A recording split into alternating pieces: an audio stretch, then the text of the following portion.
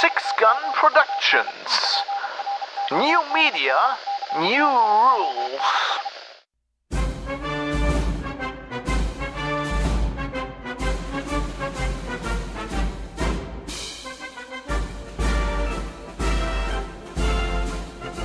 This is Geek News Radio. Broadcast 56 for Sunday, February 25th, 2018. Terrible at Torpedoes.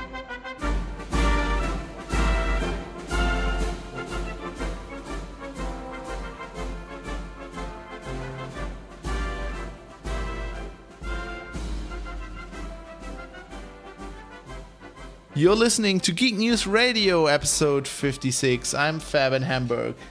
And I'm Dave in Birmingham. Dave! It's been a long time. Yeah, long times, no chats. Yeah. It was my fault. We both cheated on each other. Yeah, you cheated on me again, right? So I thought I'll have to... Yeah, so I did Not As Grumpy As They Look episode with Ben, where we talked about board games and 2017. So that's a good listen if you want like a 2-hour session of like board game facts. That's good because I know nothing about board games. So I thought you could have said literally anything about me in the podcast because I have no idea. Yeah, so I thought I have to cheat on you back. That's how it works in relationships, isn't it? I think so. That's how marriages work, I've been told. So I'm drinking, before we get into that, I'm drinking an Abelor 12-year-old present from my dad. Thanks, Dad. Lovely. What are you drinking? I have a Punk IPA because nice. It's good. It's back good to your roots. Back to my roots, yeah. I have, for the first time in 10 years, ever really, well, if you don't count CT Uplink, which is like, work project. I don't count that. That's not my thing. So I've done a German podcast. Yeah. With a friend and work colleague, Martin. And it's so if you're listening to this and you speak German, then you can it's not like I'll get into this, but it'll be on the Six Gun site. It's called Kantenglättung Deluxe. What does that translate as? Kantenglättung is German for anti-aliasing. Ah, okay, this makes sense since Martin. So it's a joke because Martin's like this graphics guy, and ever since I meet him, like I once, like, I don't know, first week on the job, whatever, we figured out that we like games, and I showed him like a screenshot of something. This was before I had my gaming PC, right? Yeah. And he's like, "How can you play this? That looks horrible. Look at how like the anti-aliasing is all shit." And I'm like, "It looks fine." And so he has got, I always joke, he has bionic eyes. Like he's like David Bowie. He's got like a blue and a brown eye. So I always say like the blue eye is his bionic eye, and that's why he sees things like that. Anyway, yeah. So we recorded a podcast. It's in German. We talk about video games. First episode's on Command and Conquer. So if you go to sixgun.org/KGD, Kantenglättung Deluxe, you'll find it. And this is why it took us a long time to record another episode here, because I had to completely rebuild the whole Six Gun site.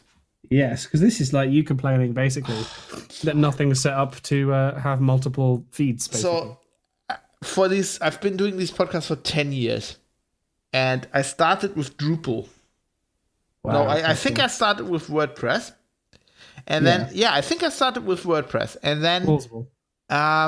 And like some podcasting plugin, and then I wanted to do 2 shows at some point, and I couldn't do that because those podcasting plugins didn't do that. So I quickly toyed around with coding my own thing, but couldn't. So I went to Drupal, which is like the next best thing because you can completely customize all that. Yeah, took me like months. No, but it took me long. It took me days of like figuring it all out and customizing. Probably a week, and just a full week. Like I was studying back then. I didn't do anything else, I think. And then I had like a network set up. And then when basically, I don't know, at some point we went back to just having one show. I don't know. I went back to WordPress. I don't know, whatever. And And now I have the same problem again because we use Podlove, which is great. It's a project by Tim Pritlove, who's a German podcaster. Podlove is great, podlove.org. It's amazing. So it's a really good plugin to do podcasts. And I thought, well, this is modern age. And I hadn't really checked this. And I thought, well, when I started it, 600 is a network, right? But we were just doing one show, right? I had stopped doing Hello, we were just doing Geek News Radio, whatever. So I never checked this assumption. I thought you could do more than one show. Well, it turns out you can't. Nice. You can kind of do it with the newest version of Podlove. You can have shows, but then it's like all the feeds are a problem, and it's like the statistics are all in one thing, and it messes everything up. So now I figured out the solution is you have to set up a WordPress network. What? You know how you can do like a multi-site thing? And then you just do a site for every podcast. Oh. And that's what I've done now. This seems like overkill. So right now, I haven't turned this around. This is why Kantenglättung isn't on the main site yet, isn't surfaced yet. I will do that at some point. So basically right now, GNR is still in the main site. I will move it to its own site. So it'll be 6scan.org will be like a main landing page. Yeah. Which will explain to you what the network is, whatever, and then there'll be links to 6scan.org/GNR, which is where GNR will live. So everything that's at sensible 6scan now basically will be there, and then the other podcast will be at KGD/KGD for Kantenglättung Deluxe, and that also, because it's a different site, it enables me to like completely have that part of the site completely in German. Which is good because it's a German podcast. Get that SEO. Well, yeah, and it's, there might be some listeners who don't speak English well, or not at all. So it might just be easier for them. It just looks better. And then I'll have the blog that'll be still on the main, like on 600.org. There'll be a blog still, Yeah. But so behind the scenes, I had to like rejigger that, set up a WordPress network. My God. And then like I have to like duplicate the theme because they go on in like the Podlove documentation. They're like, yeah, then you can have different designs for every show. Yeah, like you're like, themes. No, I want the same design. Yeah, I don't want that. So now I had to like duplicate the theme, whatever, and install like a plugin so I could port over the customization. I did like, the WordPress customizer. And my God. And now every time you want to change one thing on one site, you'll have to do it on the other one. Yeah, that's kind of okay. The problem is I had to get it all working. And like there was some, oh my God, I couldn't figure something out. So we use Nginx, and all the documentation for the WordPress multi-site thing is like, it's just like every documentation on the web concerning web service assumes you use Apache. Yes. It's like you do all this in your htaccess file. I don't have an htaccess file. I use Nginx. Yeah. So now you can see why I had issues with my blog. Oh, and, stuff because like I think we mentioned it in the Discord, Jay Poser was talking about it, in that Nginx is kind of quite an elegant solution once you've got there. Like, it's fewer lines of configuration. Yeah, a lot fewer. But, like, in terms of when something goes wrong, you're just left with, well, I guess I have to uninstall everything and start again, because there's literally nothing. Well, I think helpful information anywhere in the fucking anything. If you're not like us and you know what you're doing, it's probably not a problem. You're like, of course.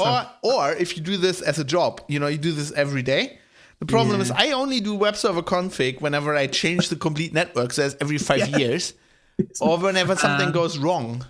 Yeah, and so approximately 90 days ago, I did Let's Encrypt the last time. And I had the email saying it's time to renew. So I'm waiting for about 7 days until my website just falls apart because some sort of auto update thing doesn't happen. Even though I explicitly told it to do it. At least your website won't be blacklisted like all the normal. Yeah, I completely hate that. By the way, short run time. I know you're gonna be like, oh, you're gonna pull a Lunduke on us now. You're gonna be like, HTTPS is evil. It's run by the NSA. Is that what Lunduke says? Yep. No, I don't know. I don't know what he's on about. He is smoking some shit. Yeah, he's crazy. Something to do with goats, I'm guessing.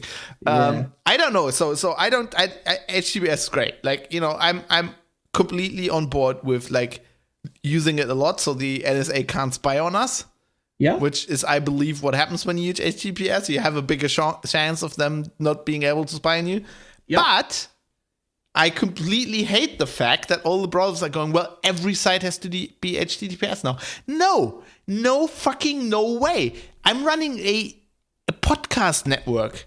This doesn't have to be HTTPS. You're not logging in. Fab, if you want to log into the WordPress admin thing, you can now do it over a public Wi-Fi, and you don't have to worry about someone snooping your traffic. That is a good reason. That's literally the only reason I do it on my site. Is so I can have no fear. That is good, but you could also I've just replaced it with different fears that it'll break in interesting ways. You could just use whatever. You could use two-factor authentication, whatever. I don't know. But like, why not use it all? That's a good point. But I don't like, if I don't want to do that, right?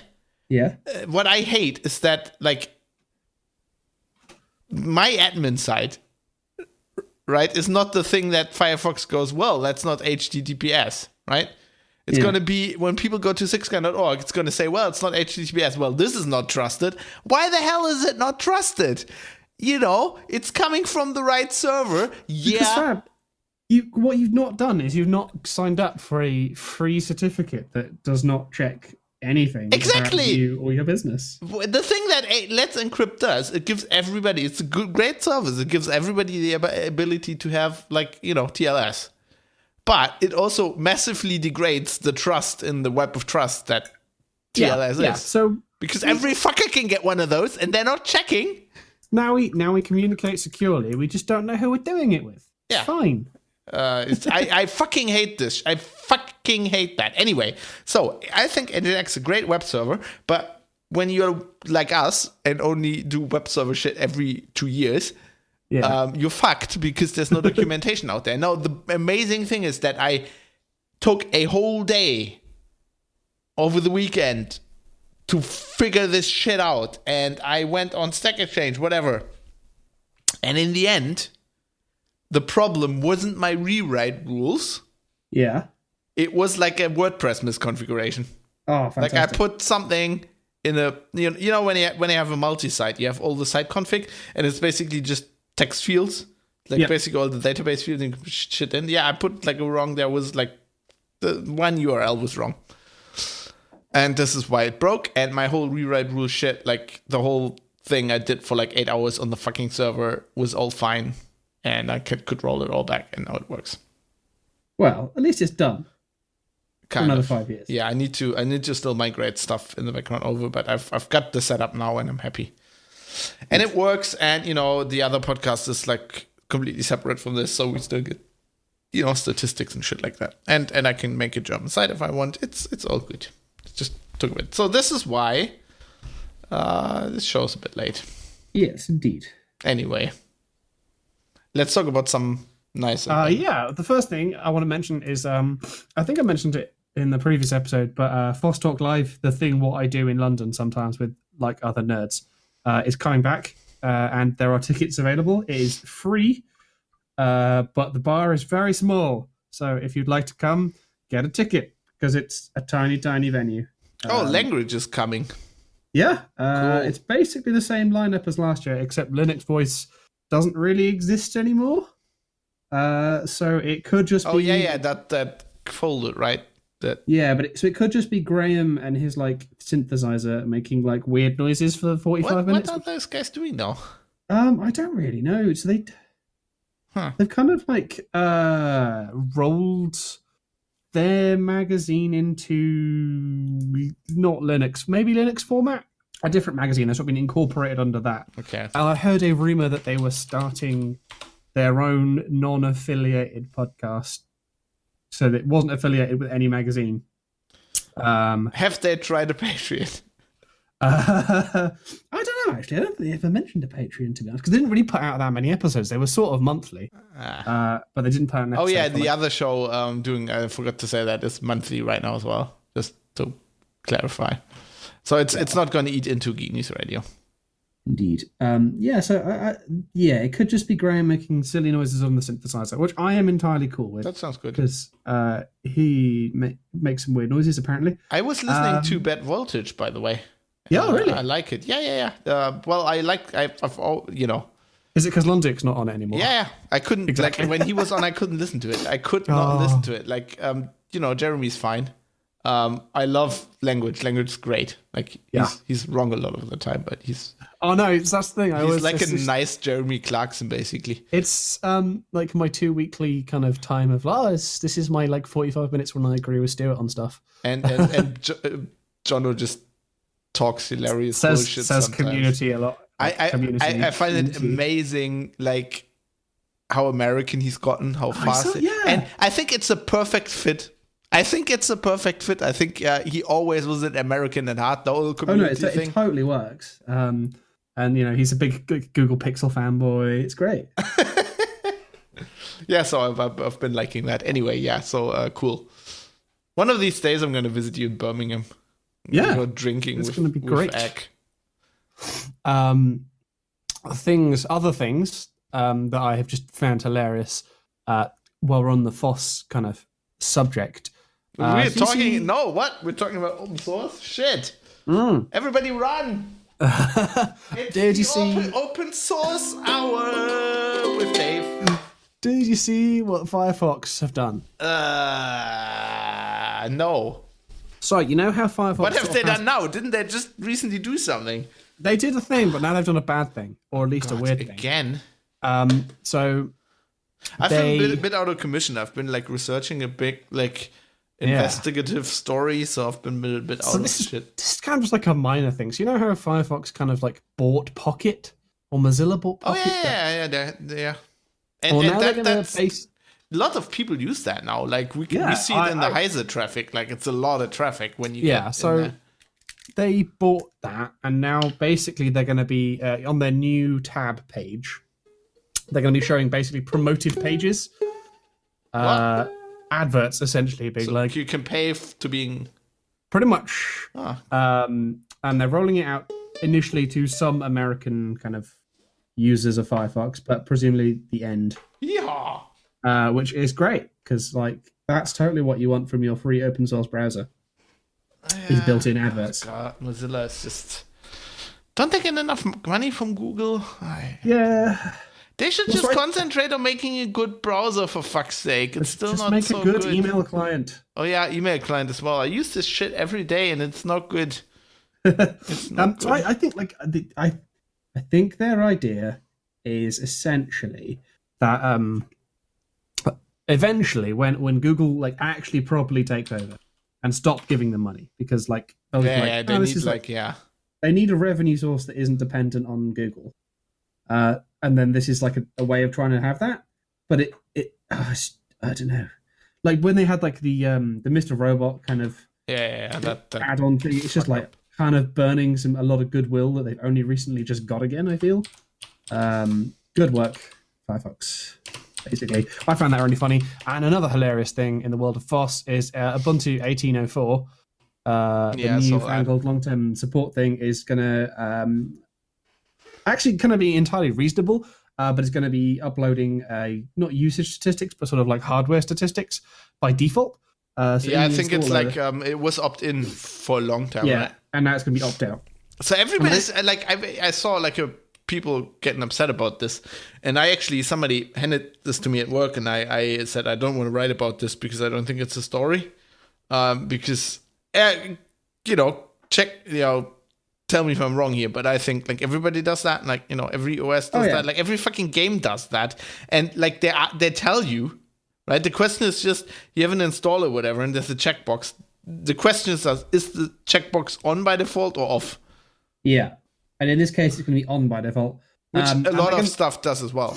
Yeah, right? But I think the people are just pissed off because it's like, this is kind of why a lot of people use Linux, is to not have this stuff, and it's becoming like Windows and Mac. And that's iOS. true, and I guess what's Canonical doing? This is not rescuing, like, that's like the new revenue stream, that's not rescuing their ass. No, but it was mentioned on some podcast somewhere that basically that the long-term support releases are the ones that basically get like 95% of the installs, So them wanting to gather this data, like they're basically rushing it through. There's like 2 months until they release it. Well, that's how Ubuntu does anything. Yeah, but it's important that they get this in now because this is going to basically be the majority of their installs for the next like 5 years or whatever. Yeah. So yeah, but the things that they're gathering are like completely like.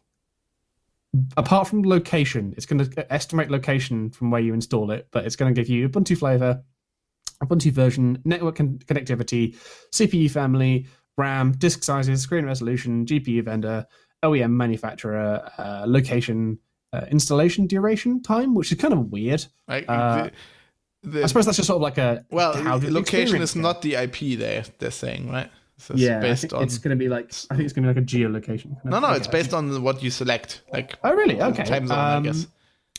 Disk layout, third-party software selected or not, downloading updates during the install, and whether or not you have live patch enabled. So it's kind of like fairly innocuous stuff. They claim it's all going to be anonymized, and like I've seen enough things on Hacker News from anonymized datasets where people just de-anonymize it. Whenever you read that, assume that it's not going to work. Bingo. Yeah, so that's going to be a bit interesting. And that's what my research into this stuff tells me. Like, the companies try to do this and they always fail. Like even if your dataset cannot be anonymized, it will be correlated with another dataset and it will be fucked. So don't do that. I just don't like. I think whenever they had the search debacle where they forwarded all the searches, when Stallman basically said they're like the devil, like that was much worse. I think. Oh yeah, that was totally worse. But this is just, I just find this very funny that people are getting very, very, very worked up about this. Yeah, it's the open source community. Yeah. I used to get worked up about this. It's fair. No, the other thing is Elementary OS. It has an app store. Where you can, vaguely. So Elementary OS has an app store. And you can optionally pay for things. You can basically, developers can get money and you can basically pay whatever you want. And that can be £0. Or indeed $0. That then goes to Elementary OS, and a bit goes to the developers. Turns out it's made $1,700 in the entire time it's been running. Doesn't surprise me much. So now they're trying to kind of get more people to be invested in it, or at least maybe give them more chance to pay. For non-security operating stuff. When you get an update through the App Store, you're going to be prompted to pay again, or you can still pay $0, but you'll be prompted to. That's a bit annoying. It is a little bit. I see like a lot of people being like arguing that people don't necessarily. If you download and install a thing, there's no way to then go back and pay for it again. So people are saying that they've missed the chance to do it, but I mean when the store's made $1,700, it's kind of like it's pissing in the wind. Really, it's kind of pointless. It's also not going to get much better, I think. No, which is kind of sad because I quite like Elementary OS. They make even if I don't use their operating system because I have no need for it. See, that's the problem. They have 4 users. Yeah, they're a niche of a niche. But they do make a very nice set of human interface guidelines, which I do link people to all the time when they make bad things. I'm like, be more like this, please. Cool. But that's literally the only thing I use them for. I never looked at. Well, maybe people should pay them for that. Like, yeah, I mean, I have chipped them a donation in the past, and I have recommended people use it. It's basically like there were those Linux distros back in the day where. It was trying to emulate a Windows experience or like make it feel a bit more Windows-like so it was friendly to people moving over.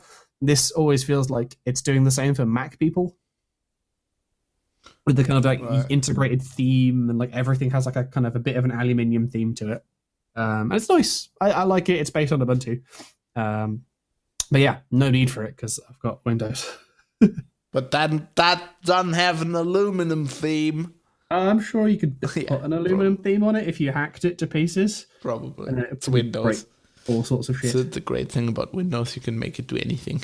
Yeah. Also the shitty thing about Windows. And you It's get a that blessing and a curse. Yes. This is why ATMs run on Windows XP. I can make it do anything, but equally so can anyone else. So can the hackers. Yeah. I gotta something I just put in the notes. This is hilarious. So something hilarious from my work. This is something I wrote about yesterday. So I don't know if I haven't seen it picked up on the English side. If I find one, I'll put that in the show notes. But I'm just gonna paraphrase this to you. But so basically, there's an FSX add-on company called Flight Sim Labs, right? Yeah. And they make planes that you can pay for. So Are they good planes? they're good planes. So they have like an A320X. Great. Yeah. Looks amazing. So the thing they did is the installer, for quite a while apparently, if you put in a serial number that they knew was leaked, Yeah. a pirated one, it would then go and install a tool that would dump your Chrome passwords Oh, and wow. send them to the developers. That's terrifying. They claim they did this so they could sue them or whatever, find out who the pirates are. Yeah, Then somebody said on their forum, like there was a Reddit thread, right? Somebody saying, "What the fuck's going on here?" And then somebody said on the forum, like, "What the fuck are you doing? This can't be happening." And then like their fanboys, they're all over the like giving the people shit that complained. They're like, "Oh, this is only affecting pirates." Now, the amazing thing is, look, these are European developers as far as I can know. There's one American, because there's a British guy, there's a guy from Austria, there's a guy from Greece or something. It's a limited, so it's a UK company. So there are a lot of problems here storing these passwords on their servers with the new European data directive that comes into play. Yeah. It's gonna be a major butthurt for them. I mean, it would even be with current EU data protection laws, it would be butthurt. But now, the most amazing thing is, so I can only speak for Germany here, but copyright infringement in Germany is a civil offense. So it's basically the company can sue you, and generally not very enforced. Like in Germany, it tends to get enforced if you'd upload the software. Yes. They can fucking sue the hell out of you. But like if you just download a key and use this in your home, really it's hard to go after people. It's not really done. I don't know of any cases where this has happened. Now the thing they did, if I understand German law correctly, I don't know. I'm not a lawyer. Obviously, this is not legal advice. Blah blah blah. All of this. Fab's drunk while he's talking about this. Article 202a of the Strafgesetzbuch. So in Germany, this is a criminal offense. Wow. If I understand this correctly, stealing passwords from people. Really? It's that's punishable with up to 3 years in prison. So I don't think they knew what they were getting into there. No, I don't think they did. And the amazing thing is, like, a reader sends me like send us this in like over contact form, and I get a ton of these, right? And I'm usually, oh god, this is bullshit. This is never gonna happen. Luckily, I clicked on this because it says FSX, and I was kind of interested. I was thinking of Air Force Pro 95 or whatever, and it was like, okay, I'll go and look at this. So I'm looking at this in their forum. I'm like, this can't be true. And click on the second link he sent us, which goes to the website of the developers, where they're like, hey all, we heard about this Reddit thread, and we want to point out. So if you look on the story, I got a screenshot. It's English. So if you look at screenshot in the middle, they're basically saying, well, first of all, this only happens to pirates, and not to legitimate purchased copies. And then they explain that they infected this. And I'm like, what the fuck? I'm like, okay, I gotta take a screenshot of this. If I make this story, link to that, and I pull the site down, nobody's gonna believe me. They think I made this up. So that is fantastic. That made my week. That was hilarious. They're admitting it. How do you write that? I think that's a good idea. Like, let's just. Yeah, that's what we all ask ourselves, like in the office. Like, I guess they're like developers, they work all over the world, and they're like probably like in a WhatsApp chat. And somebody said, "Oh, fucking!" I mean, it's a big problem for piracy is for really small developers like this. I think is actually a problem. It can actually break their business. Like if you listen to indie games developers and stuff, that it can be really bad. But but somebody said, okay, let's. This is not the way. Let's deal one. Let's get one back at the pirates here. What you do is you make the plane crash out of the sky. You don't steal all their Chrome passwords. You could delete the fucking plane from their computer, or make the plane fly upside down. Yeah. Or shit like that. Or just change the graphics of the livery of the ship to be. The other thing is people were like, how the hell does this work? And it's obviously, because it's FSX, a really old program. If you ever installed these an add-on for that, it's basically these installers, because they install stuff in, this is back in Windows 90 XP time frame when FSX was developed. Yeah. And it's it uses folders that you need admin access for. To put stuff in, and I think it some of these add-ons even put DLLs in there. So the normal installers of these always have UAC, and you give them system privileges, and then the installer just goes, "Hey Chrome, why don't you dump?" I think Chrome has to be running. Yeah. So you but you can start Chrome. That's the thing. You just start. How you need. I think Chrome keeps the passwords encrypted. Yeah. So I think you need to unlock, but it could just run in the background and wait for you to, for you. And they say they gotten passwords this way, so. Yeah. Holy shit, that's ridiculous, Fab. But really it funny. Shouldn't be allowed. Really funny when you write about this. That made my day. Anyway, we should talk about our main subject here. This is let's talk about sci-fi, because I finished Discovery. Same. I got actually paid to watch the last 2 episodes which is ridiculous in work time, and then write about it. Well, Did you watch them in English? Yes, of course. Okay. I always do that. I can extrapolate what the German version is. I don't really have to. You know. I mean, if stuff is shit because it's the translation, it's the translation. It's not I don't, that's just, that happens. I mean, that's the same with all dubs. So I watched that, and I have opinions, and I think we should talk about that. And then people were saying we should talk about the Orville. Yes, because I remember watching some of it over the summer, and you've watched some as well. Yeah, I think I've watched the first 4 episodes. No, the first 3, I think. Today, actually, on company time. Wow. Because it will be on TV next week in Germany. And I will write about this as well. So we should talk about that as well. But and then we're going to talk about a bit of games. We should have said this at the beginning of the show, but I forgot. We were too excited about Linux, Fab. We're too passionate about open source. Exactly. It's been a long time since I've done this. So Discovery. Yes. So I wrote a thing about this on Heise. It's in German, so I didn't read it. Well, that's okay. Let me paraphrase it. I really liked it, and I had about 1,000 comments, over 1,000 comments, of which approximately 900 said Cherche is full of shit. This is a shitty show. And actually, one guy wrote me an email telling me I am, quote, the enemy, because I like Discovery. So colleagues in the office this week said I'm an idiot. I like Discovery. So one colleague actually came up with the idea, and I think this makes you like the liberal elite, Fab. I think this is great. So a colleague of mine said, you must be from the mirror universe. Because you like Discovery. And think about it, it makes complete sense. It does make sense. What if I'm Lorca, I was always from the mirror universe? Yeah.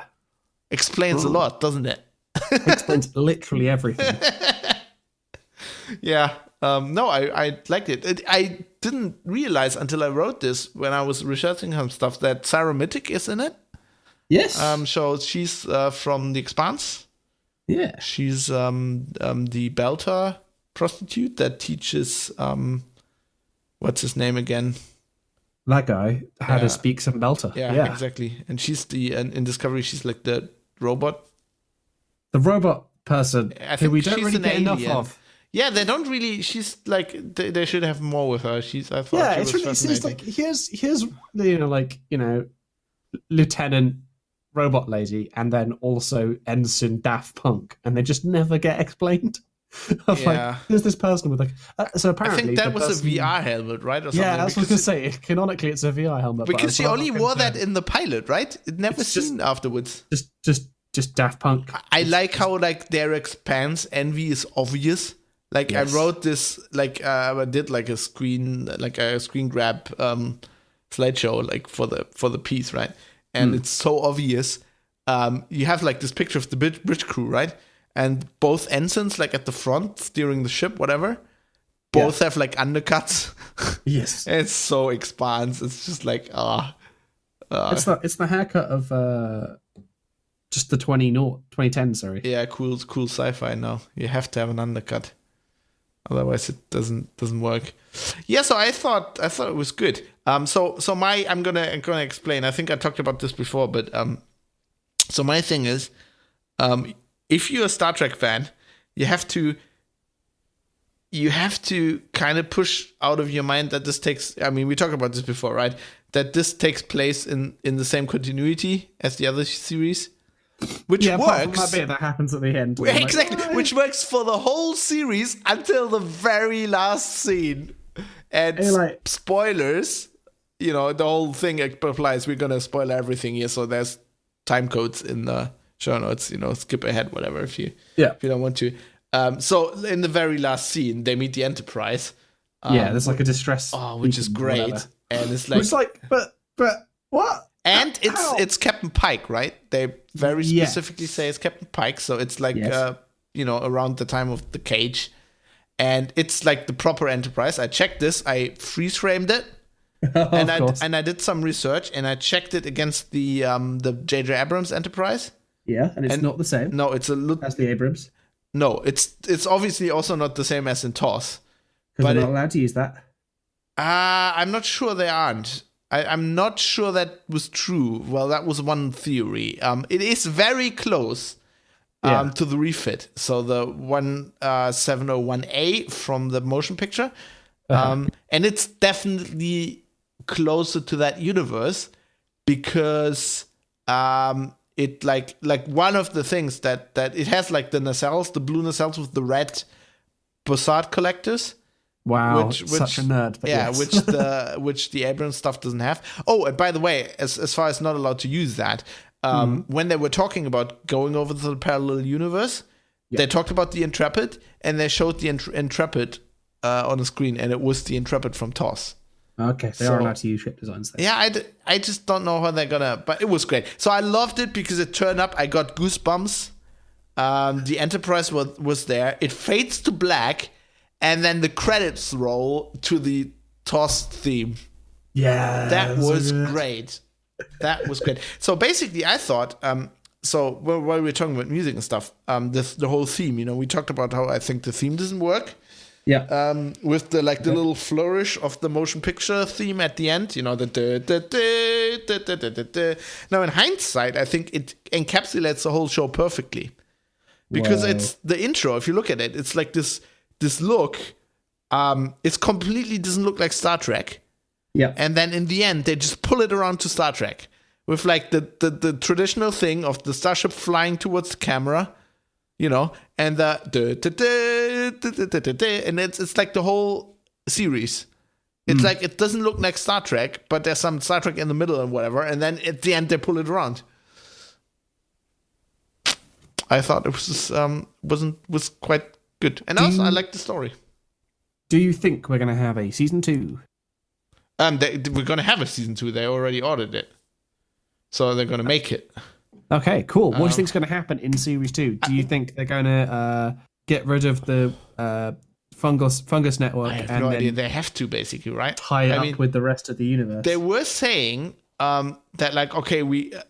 when we get back, Starfleet, the Mirror Universe. I mean, they obviously don't know about the Mirror Universe when Kirk gets to it the first time. No. So they were saying... This is something I have a question. Is it always the same Mirror Universe? As far as we know, yes. So later on, like, they make allusions to stuff that happens in the Mirror Universe, especially in the, as far as I can remember, like Deep Space Nine episodes. They talk about stuff that happened in TOS and whatever. Yeah. And in TNG episodes. So I think it is, yeah.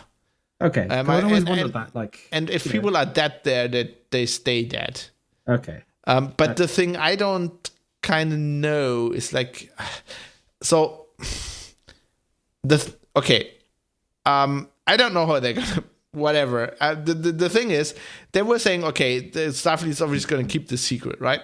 Yes. But that doesn't, like, with the Mirror Universe, I'm kind of buying that, you know, except Section 46 or whatever their name is. Yeah, they would secret know. people. But, like, what they can't keep, what is absolutely not plausible, they have to completely destroy, like, the spore drive thing.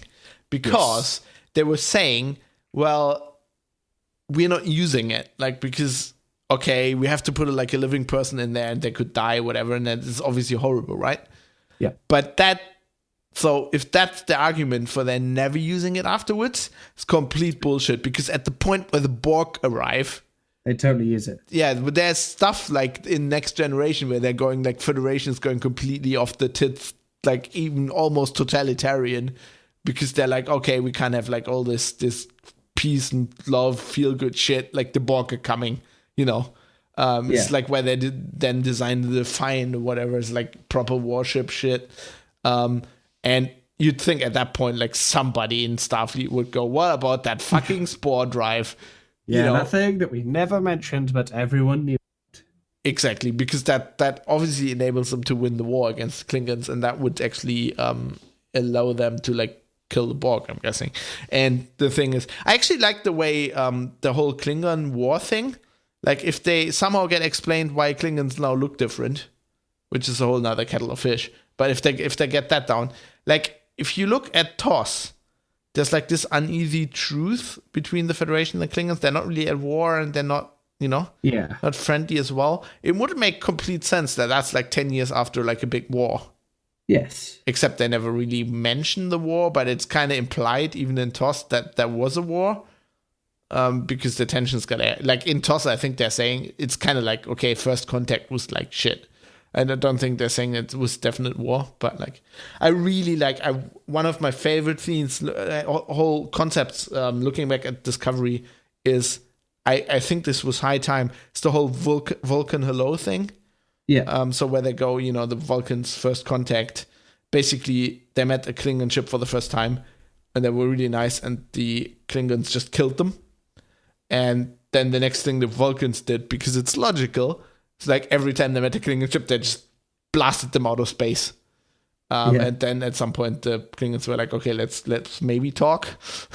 This is not sustainable.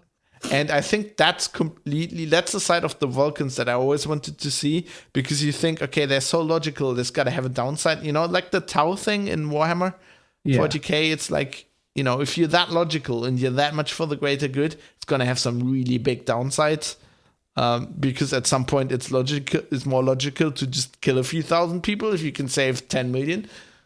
And that was never explored, really. Yeah. In Star Trek traditionally. So I really like them doing that, basically, with the Vulcan hello. That was good. And Sarek is like fucking badass. I mean, he's the guy who goes, okay, when like the Emperor says, okay, think here you could wipe out the Klingons forever. And Sarek goes, well, at this point we nearly lost the war. It's logical. And he's the guy who goes to the Federation Council and, you know, basically gets them on board with this, which is genocide, which then Michael doesn't want to do, but I thought that was good too. Yeah. It's just so... it's such a big turnaround, I feel, from before the show aired and our kind of pessimism. Well, I think... I pretty much said from the beginning that it looked good, except for the very beginning when they showed the ship. I still think the ship design's horrible. It's the worst looking ship. I think the theme is horrible. I'm really sad that Lorca died. Yeah, I'm also kind of sad that he's from the Mirror Universe. I thought it would have been a lot more interesting if he was just like a badass Starfleet captain. you know. I think they've not explained what normal universe Lorca's up to, right? Well, that's my thing. I think we're definitely going to see Lorca again, because at the point where they tell like Admiral Cornwall this whole thing, yeah, she like completely immediately off the cuff in this meeting says, "Well, I guess my Lorca couldn't have survived in that universe. He's dead then." And that's like, okay, no, you're just saying that so we'll, you know. That's obviously a red herring. I mean, Lorca's gonna turn up because I mean he's just such a it's such a good act like portrayal. Yeah, he's great. Oh, he's great. Oh, he was so good. I must say, this is one of the reasons why I really like this series. Say what you want, the acting, like special effects, is spot on. Like that Star Trek series has never looked that good, even like remotely. Like even if you take into account like the period, you know. I mean, TNG looked good for the time, but it wasn't that good. And this is just brilliantly looking, and the actors are top notch. I've never seen such good actors in Star Trek. Like, and I would include the movies. It's such consistently good. Yeah, so well, in the movies they're always good. You know, there's F. Murray Abrams in one, like Tom Hardy's in one. They're really good. I think even Generations. What's his face? Evil dude in Generations. British dude, white hair, pointy white hair. What's his face? Shit. I'm googling it. The internet is slow. Oh God, come on, IMDb. What the fuck?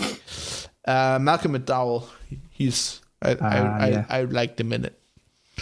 But like. They're all good. They're all like I would say. I'd go as far as saying all the speaking roles are great. They're all good. I mean, I'm in awe of Shazar Latif and the way he both portrayed, like, you know, Tyler and Vogue. I mean, the way he speaks Klingon, the way he changes his voice, especially like in the scenes when he doesn't wear the makeup and he just talks Klingon, is just great. I think. He's great. I mean, as if your progressiveness and you will want all these powerful women roles, I mean, I don't think you can complain.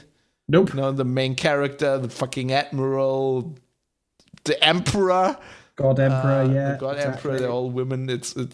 It's great actors.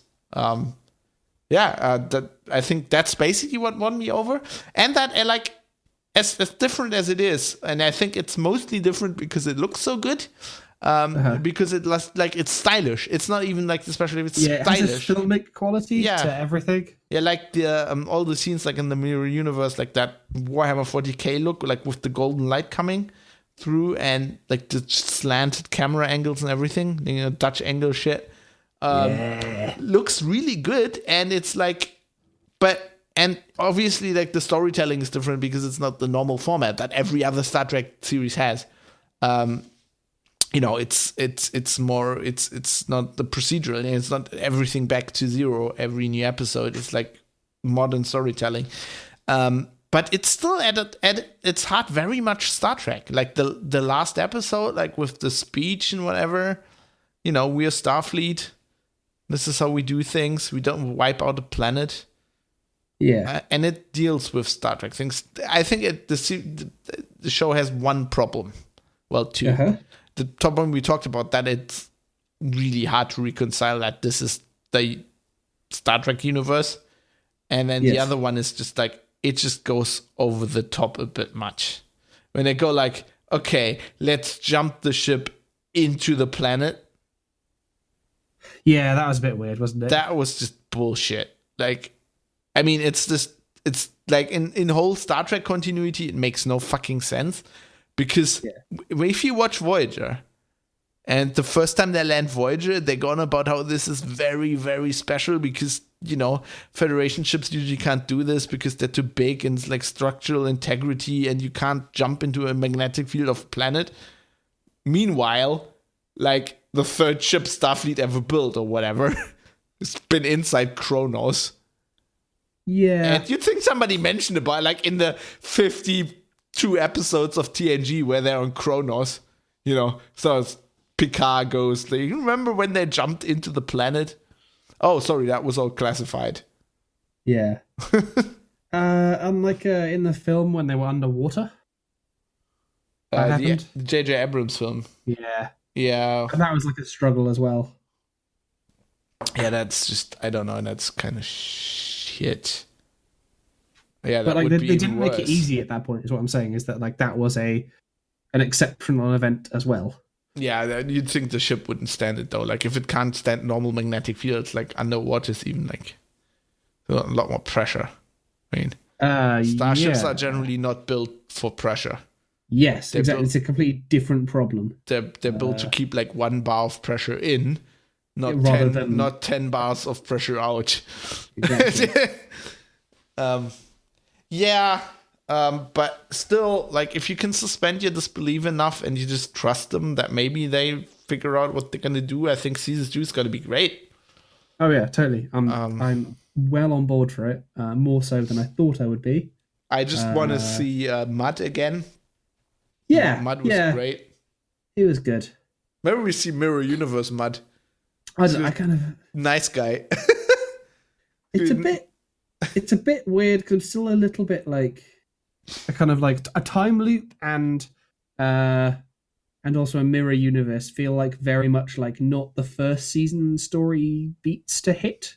Yeah, I know what you mean. They feel like, in Stargate, like they did the Fruity Loops episode fucking very far in. Fruity Loops. That's what it's called, right? It's not actually called that. It's called like, I can't remember what it's called, but it's the one where he's always eating Fruity Loops. Or like, yeah. I think I have to watch this again. It's a good episode. You get to see them playing golf through the wormhole, but it's very much playing off the that. Kind of the love you have from the preceding seasons. Whereas the one with like repeating the same thing like that early on felt a little bit weird. I know what you mean. I think they hit these 2 plot points because they're quintessentially Star Trek. Yeah, I suppose. I think especially in the Mirror Universe, they kind of needed that to tie everything with like the fucking spore drive. I think the problem the thing they did, which about the series in hindsight, I mean, I have to rewatch it again in one go, basically in one sitting. I guess binge watch it or whatever. But I think the biggest problem is that traditionally in Star Trek, the pilot, because it's like. It's not episodic TV. Episodic TV is what Discovery is, I think, right? It's like, what's that other thing called? Procedural? Or whatever. Yeah, but in that format, a pilot of a Star Trek series encapsulate that series. Yeah. Okay, there's always something like, the new first officer comes on board. Or like comes from a penal colony, or like the other ship explodes and they have to put 2 ships together, or captain learns the station, whatever. But quintessentially, it's like getting the team together, but it's quintessentially the pilot is an episode of the show. It basically establishes the format so that you can get used to the format and all the characters. Now, with Discovery, that 2-episode pilot is completely different than the whole season. Feels like a movie. It feels like it starts with a movie, which a lot of TV shows actually do, but it's very much not Star Trek. So I felt you really don't. So normally in a Star Trek pilot, you get used to the crew, and here you don't, because the first officer gets court-martialed at the end of it, and then is like a prisoner, or whatever, and then you have a new first officer. The captain's dead, and then a new captain turns up, and you're like, what the. I mean, they probably did this on purpose to change the format, whatever, But it's it doesn't feel like Star Trek. I think the whole show, in hindsight, kind of needs a bit to hit its stride. And with its stride, I mean, not like the story is great, and it starts with. I think the pilot's great. I mean, it's engaging, it's fun, but it doesn't hit its stride as a Star Trek series. And I thought they would have more, the episodes they have in the middle, the mud one and the one where they go to the weird planet? Yeah. They should have had like 3 or 4 of those. Yeah, well, they have 2, like they 4 or 5. Yeah, we should have more in the middle. So or like a bit later on. Basically, you have to do it before getting the Mirror Universe. But so it feels a little bit more like a Star Trek series. I don't know. There's one that's directed by Jonathan Frakes, which is also more Star Trek than the others, I feel. Because it's Jonathan Frakes. But yeah, I do really like it. And I was skeptical, I admit. But they kind of won me. Oh, it's a good story, right? I was engaged. Yeah. For the whole thing. I think you fell off the wagon a bit, didn't you? I fell off, but then I got back on it. So, but you just needed to watch some anime, like get it out of your system. It did that weird kind of mid-season break thing, which that's shit. The whole thing is shit. They should just have it on Netflix in one go. Like the Expanse, so much better. I would have much preferred that as well. I think. Well, they had to do this because CBS All Access. CBS. Yes, exactly. But it doesn't work because it's not an episode. Like it's not a procedural show. You know, it's something you need to binge watch.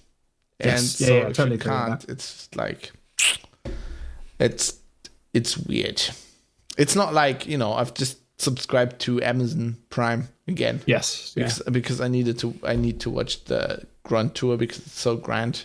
But that like works, you know, get an episode of that every week because it's old school TV. But this shit doesn't. Indeed. Yeah. I can't really think of other things I didn't necessarily enjoy about it. It was great. It was like good to have like a high production value, nice looking thing that takes itself seriously enough.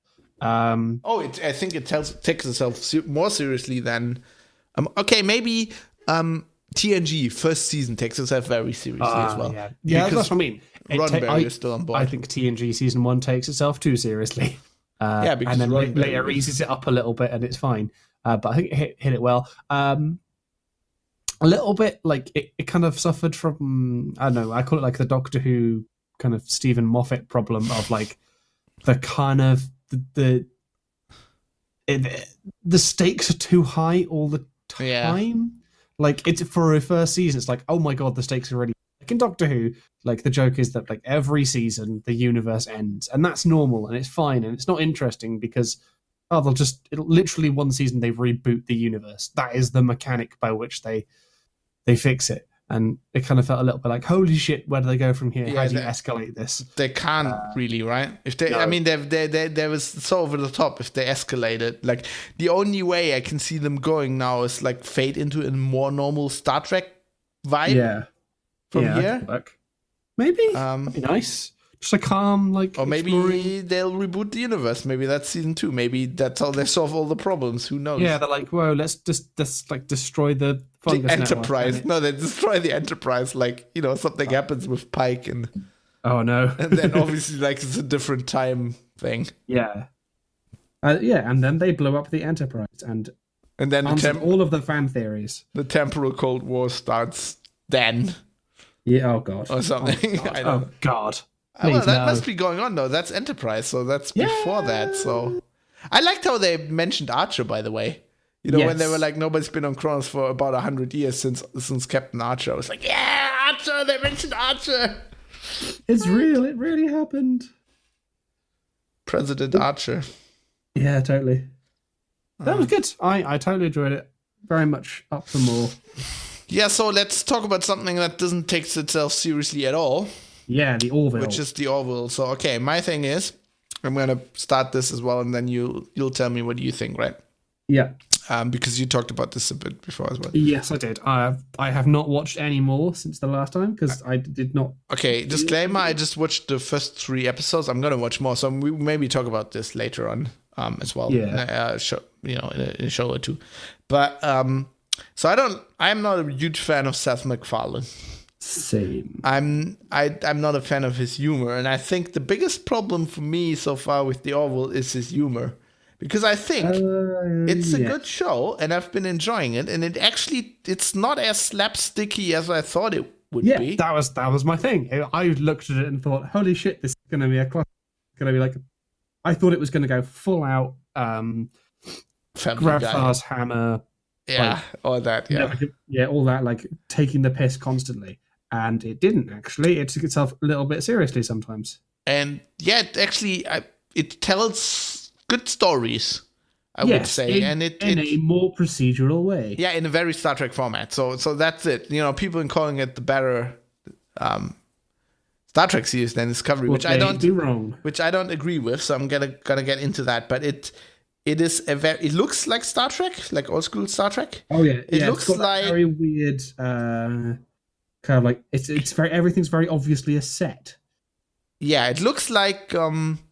But if you were to come away and say, like, the final episode, and then someone shouted cut, and it was like the end of them making an episode of Star Trek, I would totally believe it. And it's. I knew it. Well, the look, I would describe it as a TOS style look. Yes. In a TNG style way. So filmed it's in high definition. Well, no, also the sets are as polished as the TNG sets are. Yeah. And they look like TNG sets. You know, like round curves on the interfaces and whatever. Yeah. But they're not meant to emulate the TNG look. They're more emulate the TOS look, like the uniforms especially as well. They're like very bright, and it's like a modern. That's why I think people think Discovery, because Discovery is kind of set in the TOS time frame.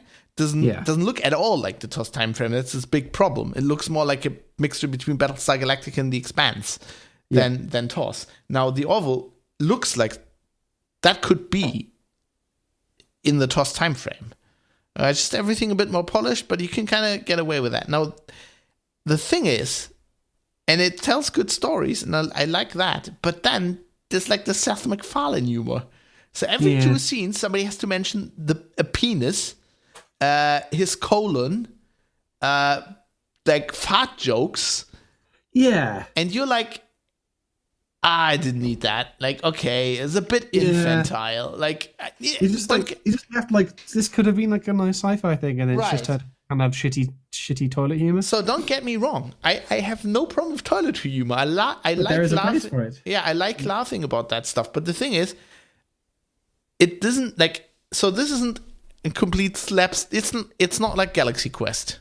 No, Galaxy Quest, that shit's funny because they're obviously just spoofing Star Trek. Yeah. But exactly. these guys are intentionally a comedy. They're also. This is obviously intentionally. Sometimes it feels like it's not though. Sometimes I'm left thinking, is this supposed to be funny? Well, but sometimes they're telling like really serious and good stories that could be in a Star Trek episode, which I'm engaged with, and then somebody makes a penis joke. Yeah. And then actually, last episode I watched is like the one officer who's told race is like male. Yes, and they get like a female baby, and then they're in the courtroom scene, and the one attorney asked the captain about his penis. That fitted because they were actually talking about like reproduction, whatever. So that worked, but like all the other jokes don't. Now there's some stuff some of that infantile stuff I really like, and it really fits. For example, they're all drinking all the time. They're drinking alcohol, and I always didn't like about Star Trek. This clean thing where you just think, okay, you know, TNG. I mean, TOS wasn't like that, but like TNG, you know, they're in the future. It's only synthahol because obviously we're so advanced we wouldn't drink alcohol. Bullshit. They're still humans. You know, if I was on a starship and I had a replicator and would only create like cheap knockoff scotch, I'd be rewiring that shit in a minute. You know, like how in Battlestar Galactica, like in the first episode or whatever, you see like the guys making booze. In the engine room. I mean, that's like real. So I really like that about the Orville. I also like it, like, you know, when they think they're visiting his mother, his first officer just goes to the replicator and orders like a space biscuit. You know, like, oh, I'd like a Mariana edible. And it goes, and he's like, "Are you kidding with this shit?" And she's like, "No, we're meeting your mother. You know, just to be safe." Puts it in her pocket. And there's always this thing about like drinking beer at 9 a.m. You know, I mean, sometimes it's a bit silly, but I really like that scene when they're flying towards I mean, it's the Star Trek movie scene, right? Yes. Every Star Trek movie has this. It's a new Enterprise. They're flying in a shuttle to the new Enterprise, and then it's like, except he's drinking a beer. And just like fucking it up. Yeah, no, well, Captain gives him shit about the beer, and then he pretends to fuck it up. Yeah. Which I really liked.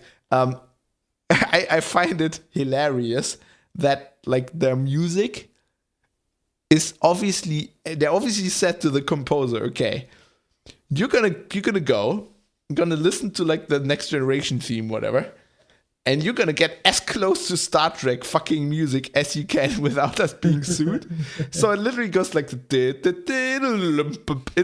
does like the whole Star Trek flourish, except like leaves 3 notes off at the end, or they're like a little bit different octave or something. It doesn't go it goes like or something like that. It's but that's hilarious. What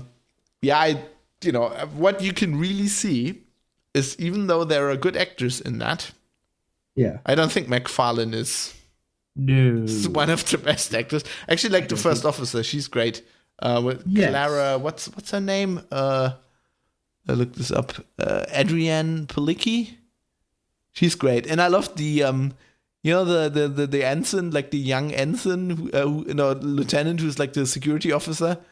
He's like little tiny lady, like supposed to be like 25 or something, and she's like strong as hell. Yeah, that's good. I really like her. She's doing a good job. And that the episode I just watched has Cheddar Coleman in it. No, I didn't notice that. He's one of the aliens. He's the partner of the guy who gets the baby. I missed that. And and she's obviously Fred Johnson from The Expanse. Yeah, I can just tell by the way he talks. Always could have put in so much makeup. I can tell. I love that. Apparently, I don't know. It's looking on IMDb, and I just saw this. So the computer voice is Rachel McFarlane. Oh, really? I'm guessing that's Seth MacFarlane's wife. I assume so. Yeah. Which is a great joke, because obviously the TNG was like Gene Roddenberry's wife. Yeah. There's like. Oh no, she's his sister. She's been married. Whoa. You could see the bio. So there's like clear nods to sister of Seth MacFarlane. What it's kind of like sort of parodying, but sometimes it just doesn't hit home. Well, I think it's fun and it's nice to watch, but it's like, what you can tell is that it's definitely not the better Star Trek, because it is not Star Trek, which is mostly because it's clearly a parody. So it clearly, it has its own ideas, in that a good parody also has its own ideas, but it clearly so much riffs on Star Trek that it can never be its own thing. Yeah, it would not exist without it. Yeah, and that's not bad. It's just not. It can't be the better. Like, it's by definition a knockoff. Yes. That doesn't mean that it's bad. Doesn't mean that the actors. The actors aren't. When I say they're not as good as Discovery, they're as good as Voyager. It's about Voyager level acting, I'd say. Yeah. And they've got some. I don't know. I find it hilarious because they have some big Star Trek talent in there. Not so much the actors, although IMDb tells me that what's his face again? Holodoc actor. What was his name? Shit. I have no idea. What? Liam Neeson is in it? Holy shit. He's uncredited though, apparently. Oh. Apparently he plays an alien. I'll have to watch out for that. Oh god, what's his name? I'm shit. Robert Picardo is in it. And one of the producers is Brandon Braga. Who also, I think, directed a few episodes. Other directors are Jonathan Frakes, Robert Duncan McNeil. Some Star Trek talent. But I find it hilarious that people are now saying this is the better Star Trek series. Yeah. Because it's from Brandon Braga, the guy who did Voyager and Enterprise that everybody hated and said wasn't Star Trek back then. Yeah. I think that's hilarious. It's like, I don't know. I'm quite liking it. It's charming. It's not the better Star Trek though. No. And yeah, I'm totally I'm not sure. I don't think I can be bothered to go back and spend more time on a thing I've decided is a bit. They've been renewed as well. Oh really? Wow, okay. I didn't think it was that popular. I like the guy. So there's one writer on here who apparently does shit with Seth MacFarlane. Or has done shit with Seth MacFarlane, who's called Cherry Cheva Pravadumrong. That's a good name. That's just an amazing name. I saw that in the credits and I was like, wow. It's like, you know, when they have like credits and they, you know, how they obviously space credits for like normal length American sort of very names. traditional sort of, And then you have, I mean, I'm like that, you know, if they put like Fabian A. Scherschel on there, it would be like all over the screen. And this guy's the same thing. It's like, it's credits, like, it's like the whole screen's full. It's amazing. Cheva Pravadumrong. Probably saying this completely wrong, but so that's a great name and a half. I'm glad you're saying it, not me. Well, I'm German. I'm, you know, just sounds like a Nazi saying it. It's okay.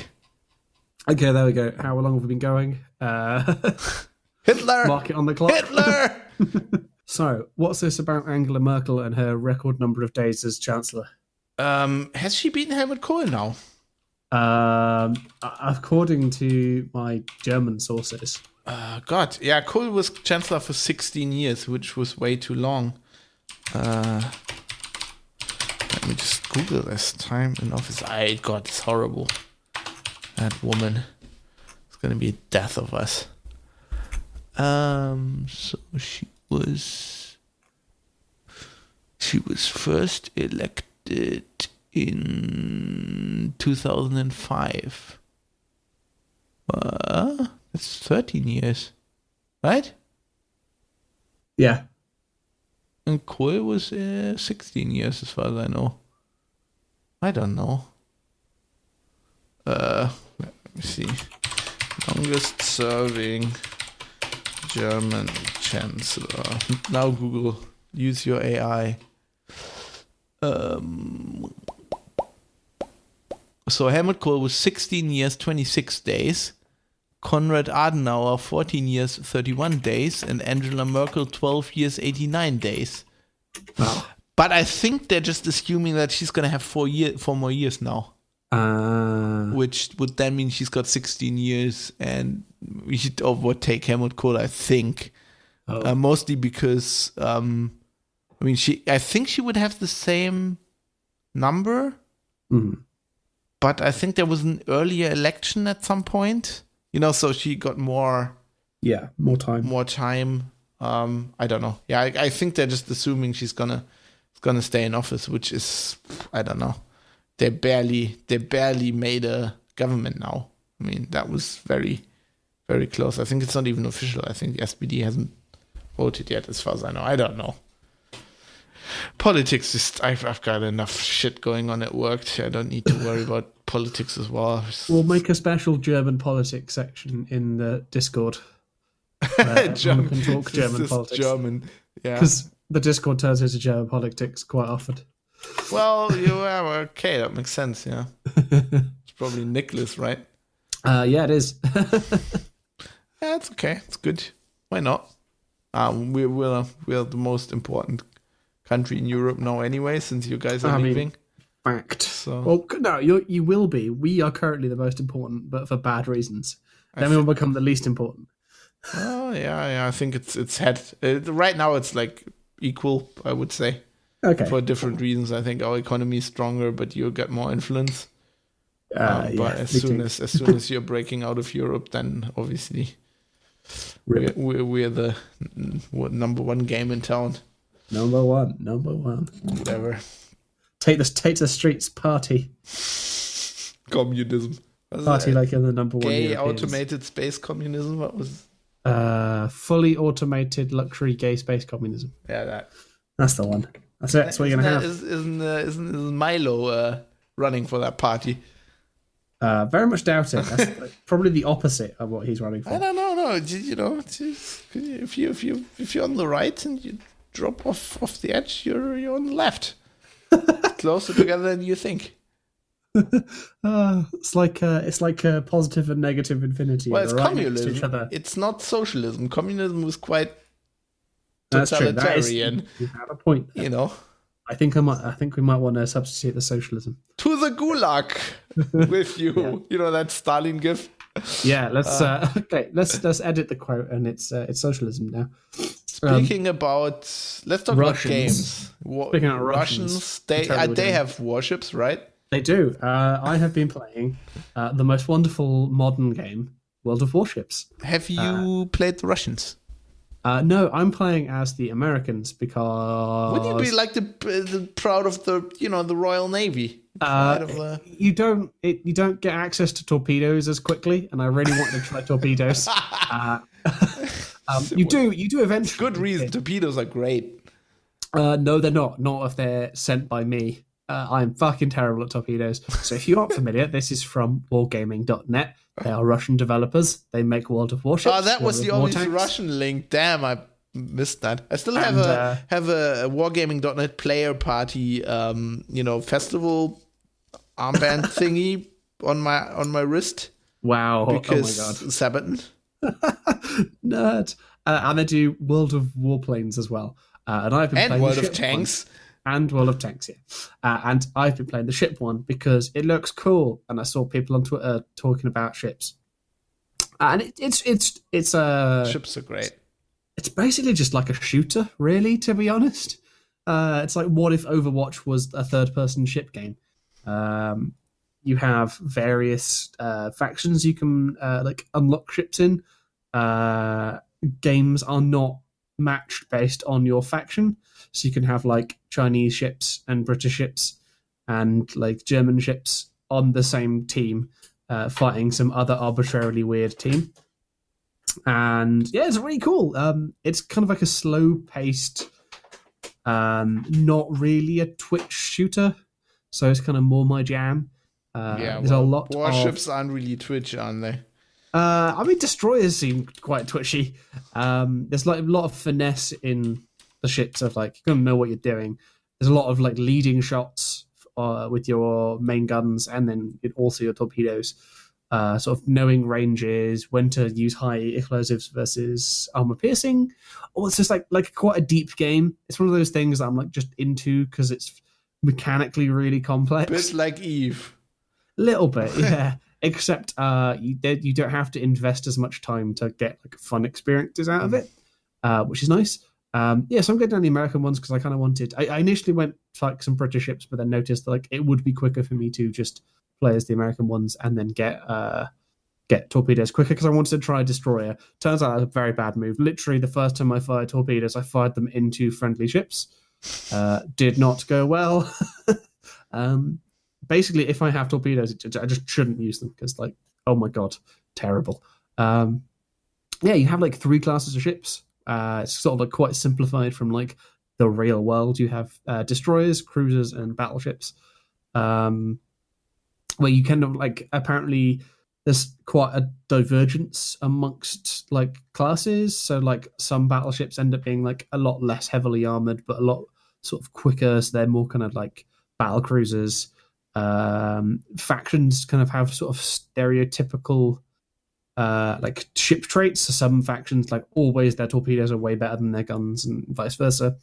So like apparently German battleships fire really fast, but they don't do as much damage on each hit, but that sort of is negated by them firing faster.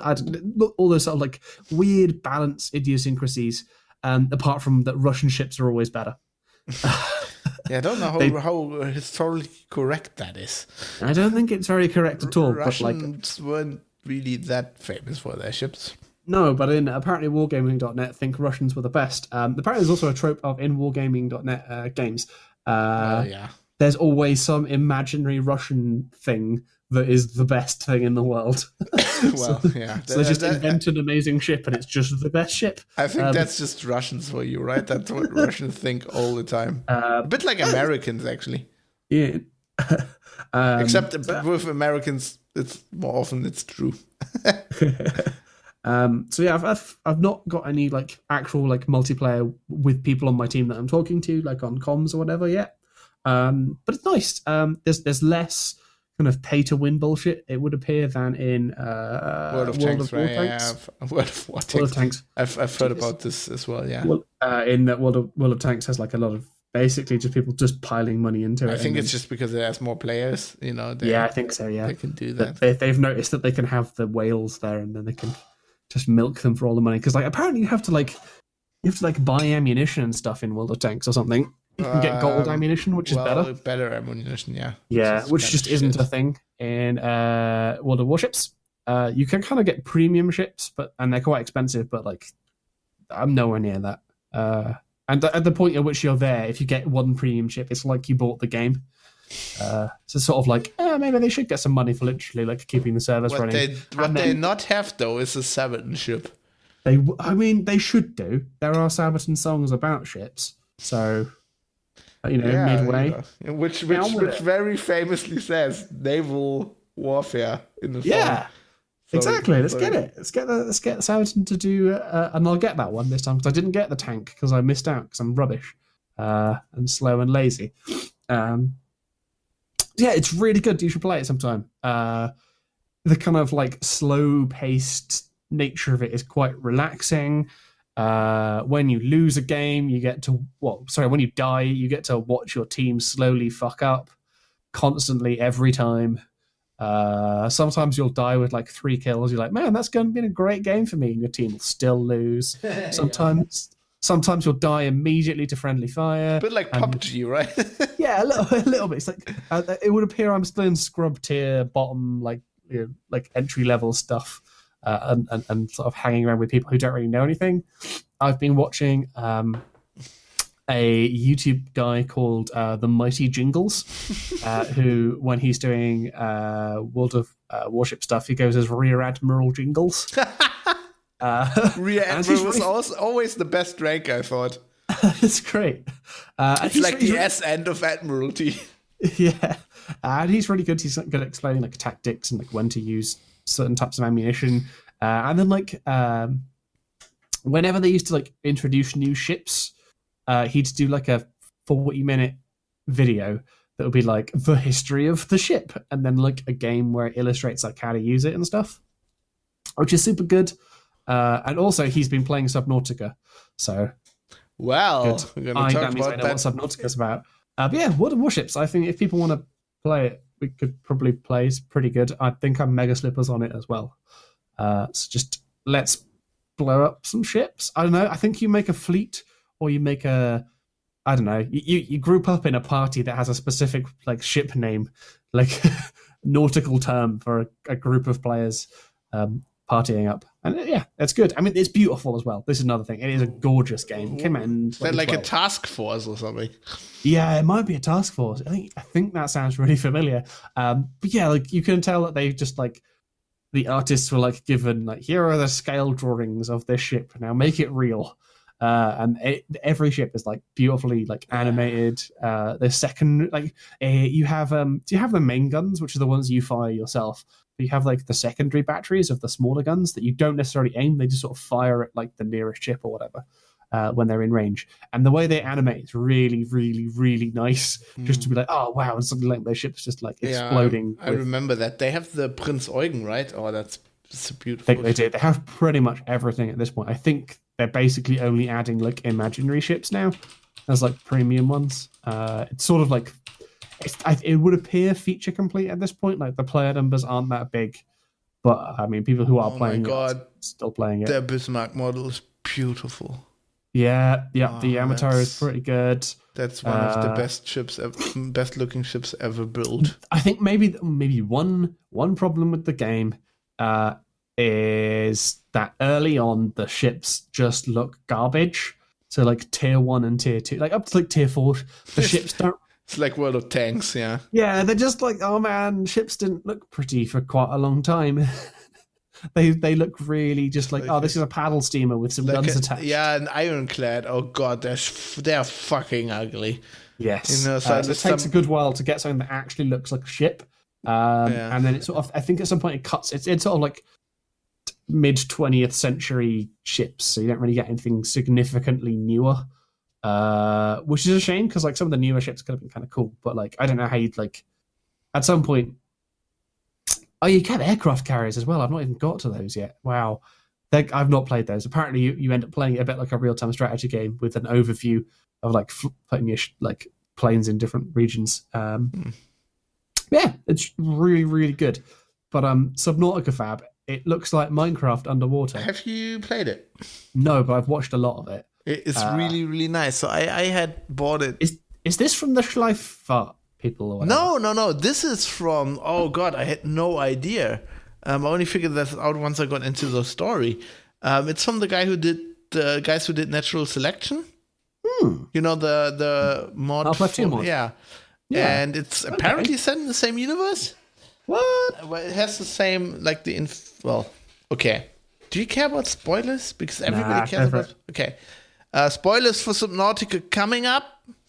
It has the same infection in it. So so I've owned this for ages. I bought it some point in early access because I think probably Pip was talking about it. Craig Crowbar, because he's talking about this for years. He likes underwater things. Definitely wasn't Chris. No, and it was underwater. Yeah, I'm gonna get to that. So I love underwater shit, as you know. With my love for Schleichfahrt, Silent Hunter, and all this kind of stuff. And I just heard about it at some point. I just bought it, and then I didn't get around to play it. And then I heard that I'm gonna put a story in. Yes. And then I just let it lie until that was finished. So I waited for it to come out, and I gotta say, story's great. So it's a survival game. Are you playing it in survival mode? Yes, I am. Mode as well. I am. So it has a survival mode. It has I call it survival light mode. It has a mode where the survival stuff is turned off, and then it has a creative mode which doesn't have the story. A bit like Minecraft creative mode, where you can just spawn stuff and build Schleifert around, yeah. Yeah, exactly. And well, I'm Schleichfarting around here as well because being quiet is good. So I'm playing it in survival mode, which basically you need to eat and drink. Yes. Which I don't find horribly inconvenient. It's a bit gets on your nerves sometimes, but it adds kind of to the feeling of it for me. Yeah. I think if you actually really don't like that, turning it off, if you just go one mode lighter, it'll be just the same thing. Stuff will still be deadly. It just won't be the food and water problem. Yeah. And then it doesn't actually feel like a survival game, I'd say. It's a difference. Basically, Minecraft, when we played it, when it didn't have the hunger mechanic in it. Yeah. Which came in kind of to the end of my Minecraft career, I guess. Yeah. So I think I turned it off a lot, but it's kind of like that. And it's a game where you crash land on an ocean planet, and you have to survive. You've got some stuff. You're in a life pod. You've got like a super 3D printer that can like synthesize stuff from stuff. And this appears to be the point at which you collect item A and B to combine into item C, which you then combine with item D to make item E. Yeah. And then you repeat that forever. But except, unlike Minecraft and other games like this, it tells you all of that. Oh, yeah. So you have like this kind of cool sci-fi tablet thing. Yeah, that goes like, oh, you crash land on an alien planet, so I'm going into survival mode, and I'm telling you all the stuff you can build, and then you basically saw the the spacecraft crashed, and it's on the map, and it's like all this shit flew everywhere. It broke up in orbit a bit, and there's like crap everywhere, and you need to go down to like the wrecks and scan, and you can find like blueprints and shit.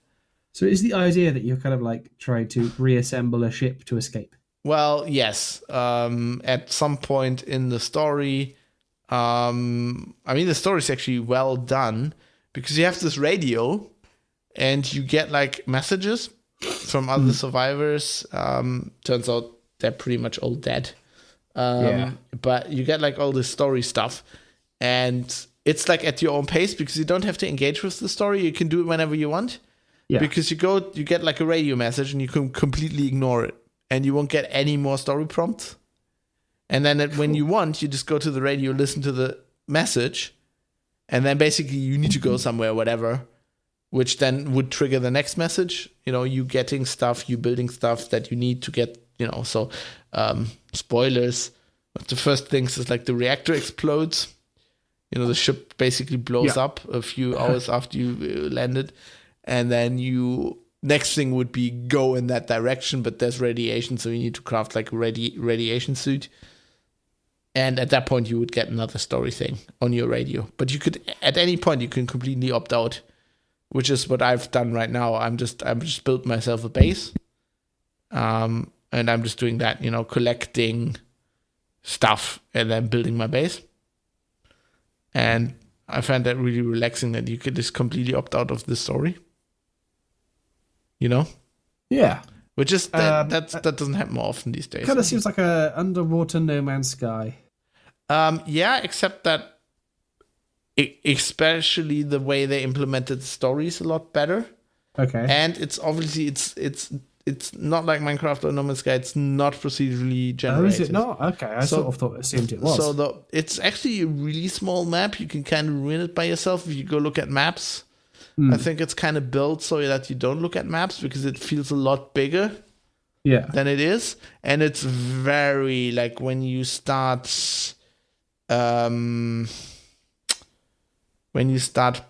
playing, you very soon realize that it's crafted, like very crafted. There's like there's like caves and stuff, and there's stuff is obviously placed, and it's really nice because of that. Because there's a really nice environment. Like if you completely ignore like the drinking and the food, then you're just gated by oxygen, which is kind of weird because the eating and drinking, to me, like the intervals in which you have to do this feel realistic. It's a bit weird because the day-night cycle is really fast, so you can basically see like the moons moving around the planet really fast, so you figure out that the day-night cycle is just faster. But I think the eating mechanics still kind of works, even though like they're shorter days, whatever. They're obviously not real-time days. It kind of works, but the oxygen is just like, you'd think, oh, you've got this space underwater suit, and you can later on you build like submarines and whatever, and you need to upgrade them to go down like below 200 meters, but your suit can always handle that. But the craft can't. You need to upgrade them, but you can dive as deep as you want. You're just handicapped by the amount of oxygen you can take with you. And you think, well, in our diving technology, you can stay underwater for an hour. And I've upgraded it now, and then it's like currently it's 130 seconds. And then usually if you go below 100 meters, you drain oxygen faster, which is realistic. I don't know if it's at 100 meters, but the pressure pushes what is it, like the helium out of the nitrogen, right? Yeah, you need to change your breathing gas mix so that it doesn't pop your blood vessels. The nitrogen becomes poisonous. I think that's it. Yeah. So then you need you craft an upgrade, like the rebreather, and then that below 100 meters going faster is negated. Yeah.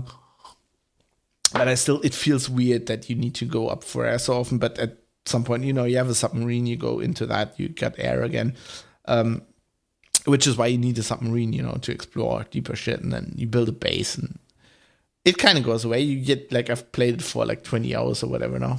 25, 30, I don't know. And you get completely used to that oxygen. I don't even think about it anymore. At first, it's oh my God, I'm going to go back up. I'm going to drown. And you start fading out when you get 10 meters to go. It's like Adventures, the board game. A bit like that. Yeah. You tend to overreach. So basically you want to get stuff from the ocean floor. And you're I need to pick this up. And then you overreach, and then you need to get up, and you're got 10 meters left, and you see you're blacking out. Yeah. I've never died from this, but I was very close. And at first you panic, but you kind of get used to deal with that. Like it's in any survival game, it loses like new scary places lose their. You go into them more often, and they lose their scariness, and then you go into deeper places, and they're scary again, and that really works. So basically, everything that kills you, there's like small fish that you can eat. But like everything else is like this big fish, there's poisonous fish, there's tentacle squids, there's like fucking everything, and it's on purpose very deadly. You don't have weapons. I mean, later on you get torpedoes, but I'm not there yet. But they're not like kill the things torpedoes, they're more like scare them off. Yeah. You It's got just sort of like avoiding the thing is the aim. Yeah, it's so silent running, schleichfarting around, being quiet, running away. Your swim speed is generally higher than whatever's chasing you, except when it's very big and scary. Yeah. So that's an option, and I kind of like that. It's refreshing that there are not many games like that. There are games where everything is deadly, like Dark Souls, but in those you're meant to die, and here you're not meant to die. Here you're meant to avoid and be careful, and something will maybe kill you at first because you didn't realize, oh, this was like an electric eel thing and it can shock me. Or there's like this guy, this fish thing which talks to you telepathically. What? And it basically says, come closer, and like your controls won't react, and you just swim close, and then it just like punctures you in the face with 3 killer tentacles or whatever. But like the effect's really nice, and I know I'm spoiling stuff because this game works a lot from stuff you didn't notice, like you didn't expect. But I mean, if you're watching streamers, you will be seeing some of this anyway, some of the big leviathans and stuff like that. Have you had the big whale fear? Yeah. I don't have those fears. So this is a thing. So on Quake and Crowbar, they've been talking about on other podcasts I've heard. Lots of people have fear of like deep water, deep things under the sea. The deep ones, yes. Stuff like that. Swimming, drowning. Now, I love that shit. I always thought it'd be fun to go in a submarine, like a proper, like a the least fun thing. Nuclear it's sub. like the most fucking cramped place. Yeah, but I love Wetty that. Cramped. I actually, so I was playing Subnautica. I have a very stressful time at work right now. I was playing it at the weekend for hours on end, just relaxing, just building my base, sickening in there, and there's this sound design in this game is fucking brilliant, and they nailed like this 100 meters of water over you, and like like that sound that water makes, that you get in like really good submarine movies and stuff like that. I love that. It's so relaxing to me. So I love this game because usually I'm like, I'm a wuss. We know this. I can't play Alien Isolation because I literally will shit myself. I'm scared to death of the xenomorph. I want to play this game, but I can't. I don't play horror games because jump scares just fucking scare me. You can, if you have a game or like a horror movie and it has the same jump scare 10 times, I'll jump out of my seat and my heart will explode every time. I'm not like normal people who like second, third time, like a horror movie pulls the same trick on them. They're like, haha, I saw that coming. No, I'll be afraid every time. Now this shit I can completely deal with. I find this relaxing. I don't have a fear of big things. I'm in awe of them. I really like water, totally gonna drown. I actually would love to dive. I was saying this to Katie the other day. The drowning thing is bad, but like I've been underwater and I had this, and I don't know. You mostly don't drown, And I would love to swim with a whale, dive with a whale and just be beside a blue whale. That'd be amazing. And this, I'll give Subnautica something. They nailed underwater, and it will be hard for the new Equinox to top this. They can't. So I've gone diving. I've been swimming. Whenever we're in summer holidays, I go swimming in the Atlantic, and we swim for hours. and big breakers, and you go in the breakers and you get like slapped around and you nearly drown because you swallow a liter of seawater. And they have this thing in this game where when I overextended myself and I was in a cave and I thought I'll never get out and I'll drown, and the first time you go in a cave, it has like this situational thing with the AI. It actually says a common complication for cave divers is they lose orientation and then they die. And I had these where I thought I couldn't get up, and I actually tasted salt water in my mouth. Ew. I had like childhood memories of diving under wave, like not making it, getting hit by the wave, and being like 5 meters underwater, and then swallowing water, and thinking, "Oh my God, I'm gonna drown," and then just trying to get up, like straining to get back to the surface, but couldn't really swim because basically my lungs were full of water. You know what I mean? Yeah. And I had that saltwater taste in my mouth when playing Subnautica, and I love it. I love this shit. It's amazing. It's just I had the smell of I'm just when you're swimming and you're snorkeling, whatever, and like the salt water gets in your in the goggles. Yeah. And that that taste of 7 salt water in your mouth, and just I think Chris Thurston would die. And I just love this shit. So good. It's like when you're swimming and you hear like there's like these big things, they're like whales basically with tentacles. They've got like shit growing on them. They're that big, and they make this it's like whale sounds, and you're sitting like in your base under the sea. And I have a coffee machine now, right? Built a coffee machine, and I'm sitting there with my coffee in my base, and you hear this whale song. It's amazing. It's really good. I love this game. It's so good. Soundtrack's really good. It's really sad because they fired the main sound designer. Oh, really? Why? He's like I think he's Polish, and so some guys dug up some tweets he did like years ago where he was saying like controversial shit about immigrants and how he thinks like Trump's wall is a good idea. Oops. And obviously like the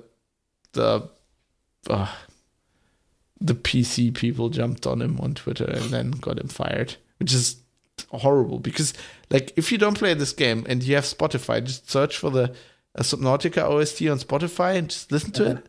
And it's like this, it's like it's a bit industrial techno, like synthesizer stuff, which I usually don't like that much, but it's really good. It's really like moody, and it kicks in when like story beats happen and stuff. And like at this point, okay, further spoilers. When you get on the island, because there's a ship coming, and the ship's like, we're gonna pick you up. Yeah. And then you're there on the island, and there's like this alien tower. And I didn't go in the alien tower because I didn't have enough time. It was like, okay, I need to see what happens when the ship turns up. Yeah. And then the alien tower just reconfigures itself like a big transformer and shoots down the starship because it's a gun. Oh dear. And then you go into the alien thing, and it's so good, really good. It's a brilliant game. They nailed the sea. They nailed underwater. They nailed submarines. They've got this huge, these cute little fish with the big eyes. This in the Subnautica, like it's like their icon, whatever, on Steam, called peepers. They're cute. Oh, it's so good. I built myself a really nice base, like overhanging. You have this moon pool thing where like your submarine comes out at the bottom. And so it needs some like bottom clearance because you're going under the base basically to go in. And everybody says like if you just build that normally, you're just gonna scrape your submarine on the bottom all the time. So I just built it overhanging over like a 40-meter drop, whatever. It's so good when you come out there in your little submarine. That game's fucking awesome. I just love deep sea shit. But does it have realistic sonar model. Model. No, I don't think it's realistic, and I don't have the sonar thing for the sub yet, but it's supposed to be really good. It's like it overlays like a red. I think it's like a wireframe mesh, Right. but it's like so you use it like a gun. So you fire it, and that's like a ping, and you see like the ping go out. And then paint everything. And if you're like in the dark and it's like stuff you can't see, it like paints that. And then you can ping again. And I hope to God, and I think it will make like a really satisfying like ping. And then I can sit in my little submarine and go, one ping, Vasily. One ping only. Fantastic. God, I love submarines so much. So shall we do? Yeah, but before we do the feedback, just very quickly, I found this like ages ago. Apparently, there's like a really realistic submarine simulation, like real like submarines, called Cold Waters on Steam. Yes. And I haven't bought it yet because it's like 30 euros, and I own so many games, and I try to save money right now. But at some point, I'm going to buy that and going to talk about that. It's really good. It's been on my wish list for ages. Indeed, it has a realistic sonar model. I think that has that's so realistic. It's like fucking Silent Hunter realistic. Yeah. It's like you don't know where the other ships are. It's like it doesn't show you where the ships are. It just shows you like sonar, and you don't know what like. You basically need. I think you need to look like it's like an actual sonar technician. You need to look at what the shape is, and then look at a book and try to figure out what kind of sub it is. It's like like in in Hunt for Red October or whatever. Like Crimson Tide, when it's like, oh, this looks like an Acula. Like an Acula on our tail. Oh no, he's doing a crazy Ivan. So good. Okay, let's talk about the feedback. Yeah, we had a shit ton of feedback. Oh, that was wrong. We have a bag. We have a bag. We have a bag of feeds. It's the feedback. Oh, God. All right, so the first one is from Mo 6020. Mo. He says, listening to GNR, totally felt the same about Ruinstorm. Even though he has a high tolerance for 30/40k bullshit, but the novel felt like a mess. Yeah, I'm glad I'm not alone on that. This is why Black Library needs to hire me. And I've sent them. Did we talk about this before? I think you talked about that you're going to submit it. Well, I've submitted it. Yeah. So it's all in their hands now. I've wrote a 40k detective. I pitched a 40k detective novel to Black Library. It sounds good. I would read that novel. I would, yeah. I think Ben agrees with me on Runestorm. That's a bit weird. Then H Matthews 92, friend of the show / man that I lived with for a bit, says, outrage, is GNR not here? And he links to a Guardian article of podcasts that are ripe for TV adaptations. Oh, we definitely are. We totally are. Fab, who would play you? Tom Hardy. I've said this before. That's fair. I said, who would play me? I don't know. Ellie suggesting a Labrador would play me. I think that's pretty good, actually. Good. It would have to look like the eyes, that look you do. Yeah, it would be good. I think that will be it. I would be played by just the goodest of boys. I mean, Tom Hardy has a dog, doesn't he? He does. Labrador. It's a tiny dog, right? He has. I don't know. I'm pretty sure I've seen Tom Hardy. It's not that tiny. Like a little chihuahua or something. Oh, he's got a. Oh yeah. It's. I'm getting heckled. Yeah, ruffled. It's what is that? Is that a pit bull? Oh God, Tom. There's a picture of him with a Labrador dog. Now, if he had a Labrador, isn't that his dog that died? Yeah. Oh, maybe Woody. Yeah, that looks like a Labrador. Is that a Labrador? Oh damn! He could have played us. Like he already had the fucking Labrador. I don't know. It doesn't. It's not as like fluffy. I don't know. Maybe like a Leonberger or something just stupidly big and fluffy. I'd be up for that. That's who would play me. I think I need to change my my presentation in the podcast a bit and just go more. Just to set it up, just to seed the Tom Hardy in there. Yeah, just so when the casting people are listening to us, they're like, man, Tom Hardy, he can play Dave. and this Labrador, that's fab.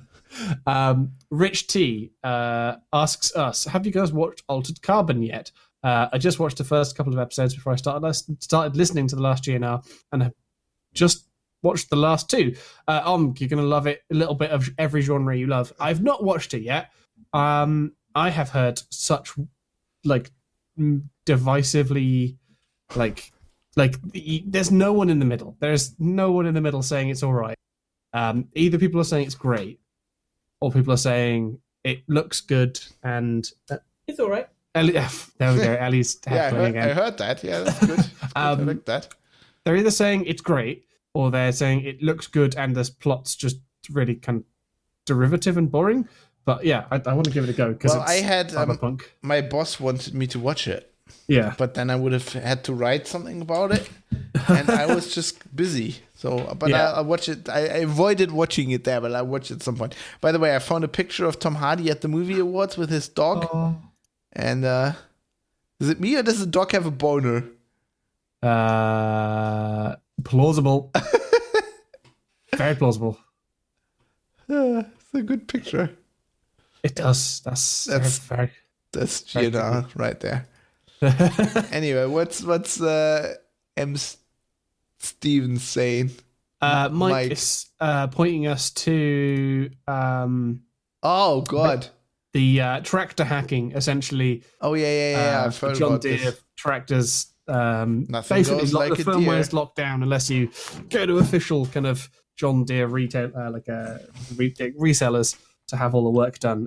So people are basically like buying cracks for their tractors off like dodgy Russian websites, which is bonkers. It's literally ridiculous. Yeah, it's super shit. That's like awful, to be honest. That's even worse than the fucking flight sim guys. That your tractors are DRM'd such that you have to like jailbreak them. Dave, it's your spot on this podcast to point out that that's the future. Sorry, no, that's a good thing. Tractors as a service. Owning a tractor is overrated. We should be selling farmers a subscription to a cloud-based tractor. And that would be DRM. Then. Yes, it's less DRM. Reframe it. It's no longer DRM. We own the software. What we should do actually is sell them cloud-controlled tractors. Yeah. That we so we pitch it to the farmers that the tractors have AI and do all the work themselves. Now in reality, just a bunch of if statements all the way down. No. Much clever. In reality, we have a cloud service that connects all the German guys playing farm simulator with the tractors. Oh. So they're playing that. They're paying us to play a game. Yeah, well, and realistic soil physics. Yes, it's like driving a real tractor. Look at how the camera feed they have. It's almost like it's a real tractor. Oh, look at this like distortion from like it's like there's a camera in a real tractor. That's a brilliant idea, isn't it? That's good. We should, yeah. Holy shit! Totally. Best of both worlds. There was also Nicholas is trying to teach you German, isn't he? He is. So, Young Bakeen on Twitter, person and he asked, just Twitter in general, is there a long convoluted word German word? Yeah. For the fear that while you're not an alcoholic per se, that slightly tipsy you is a better person all around than sober you. With Nicholas replies with a real word, apparently. Alkoholkonsumenten Persönlichkeitsverbesserungsangst. Which I knew they replied with, I knew the Geek News Radio German collective would have this in the bag. And then apparently... Google Translate actually translates this quite nicely. It does. It does. I wanted to know. Well, DeepL does it better. Yeah. DeepL does do it better. It does do generally everything better if it supports the language. But I want to know. So there's the fear of it, right? That's the last word. Yeah, it's angst. true. But is there just like the acknowledgement that it's true? It's not necessarily a fear. It's just like the knowledge that it is a fact and you're dealing with it and you're not scared of it. So it translated it as drinker's personality improvement fear, whereas DeepL has it better as in anxiety, alcohol consumer personality improvement anxiety. Can you make that improvement knowledge or like? No, so it's not an anxiety. It's just like it's just a thing you're aware of in life. Well, the German word actually means anxiety. Okay, but it means that. So you're kind of, it means that you're afraid that this might be true. Yeah. So is there a word that represents the concept that I know it's true, but I am not afraid? Is there an English word for that? No, but I mean, there's not an English word for that word. Well, this is, to be honest, this is like, German, you can just combine nouns and make new words. So this is not a word that anybody has ever used. Honestly, I think. At least one person's used it on Twitter. Well, for fun, yes. But, you wouldn't that read makes that it real in a fun. book. It's on the internet. Because you see how long it is. Yeah. Like that plays hell with your line spacing and whatever. It's fine. That's just German, as far as I'm concerned. It's hard. Der Umbruch wäre schwer. Das Umbrechen. What? Umbruch is so a line. When you put like a dash because you separate a word over lines. What would you call that in English? That's an Umbruch. Oh, okay. And then umbrechen is the verb to basically to umbrechen. To umbrechen, yeah. Well, I don't know. You know that it's true, so you're not afraid. Yeah. Can you just change the angst bit to like acceptance? I don't know. Alkohol, Konsumenten, Persönlichkeitsverbesserungs, acceptance. Okay. Well, you could just call it Wissen. Like Alkohol, Konsumenten, Persönlichkeitsverbesserungswissen. That would just be the knowledge that alcohol improves your personality. Right. Okay. Just change the Angst to a Wissen, Wissen, which is German for knowledge. I mean, why not? Fantastic. Why not? That's German for you. I ship it. Kind of good. Works. Ship it, yeah. Okay, and there's more stuff from Nicholas. There is. There's an additional 2 things. Okay, so Joe Ward says he's painting again, still boring Guardians. Also tried size 2 brush. Nah, thought that size 3 is my minimum. Wow. Which is ridiculous because I paint with a size 1. Yeah, me too. Because I'm special. I need to get back to it too, says Nicholas, waiting for Geek News ready to start the next 4 Feldherren season officially, so I can sneakily participate as a 5th runner. We could just make him officially. Yeah, just make him like. Although official. I think we've decided in the Discord that the new season for Feldherren is get a pitch accepted by Black Library. True, which I am just going to fail at because I have not submitted it and I do not have any ideas. We just raise the stakes there. I'll just compensate by painting Painting what? An entire Blood Angels army.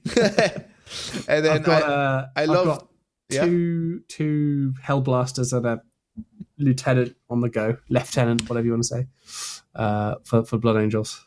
Are there that's the one thing I've been asking myself. If they're Space Marines, are there lieutenants? I mean, there are Primaris lieutenants. Yes. They were newly created. But do they say that, in the video?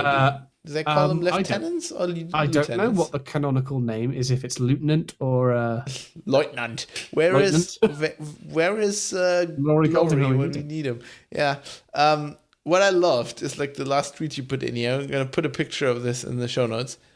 So Nicholas, after the last Geek News Ready episode, made a great Photoshop of us as the hobbits from Lord of the Rings, which is hilarious. Like your face and my, it just fits perfectly.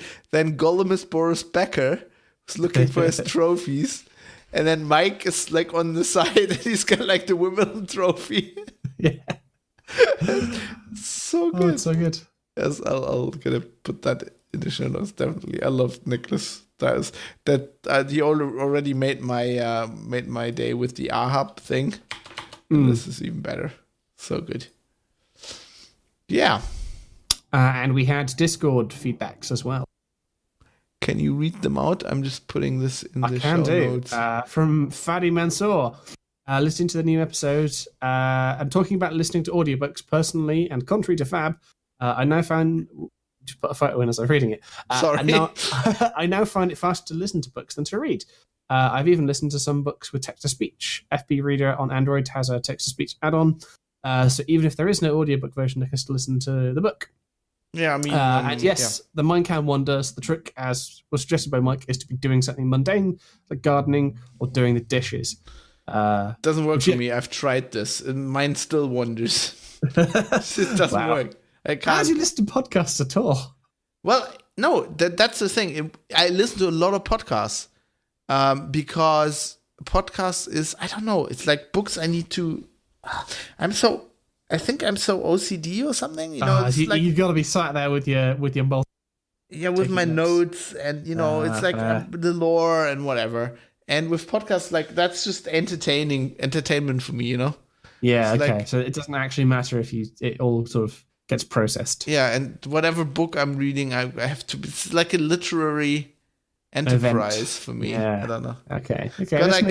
I keep looking at this picture, and I love how, like, for some reason, my my hat, like my newsboy hat, fits the cape from the Hobbit exactly perfectly. Like the right shade. And your face is just hilarious. I don't know what photo that's from, I have no idea what that's it's from. Great. Probably some dumb selfie I did. Also, Pepper J says, "Damn you, Mike! Stop telling interesting Warhammer stuff. I might get hooked." It was funny because Mike said on when I was talking about how Discovery is so Warhammer, he's like, "Damn, I might get into Star Trek." Yeah, exactly. Yeah. And then Nicholas MM sort of chimed in saying, "As someone who kind of grew up with it, I always wondered." If there are any books that are a good introduction to the universe for someone who's entirely new, so like into IFA 40k. So I'd probably say like the core, like the fluff kind of first half of any of the rule books. Yeah, the codex stuff, right? Because like at this point, like you can pick up any of the old ones for super cheap because no one really wants them because the rules are out of date. But all of the lore is like canon generally.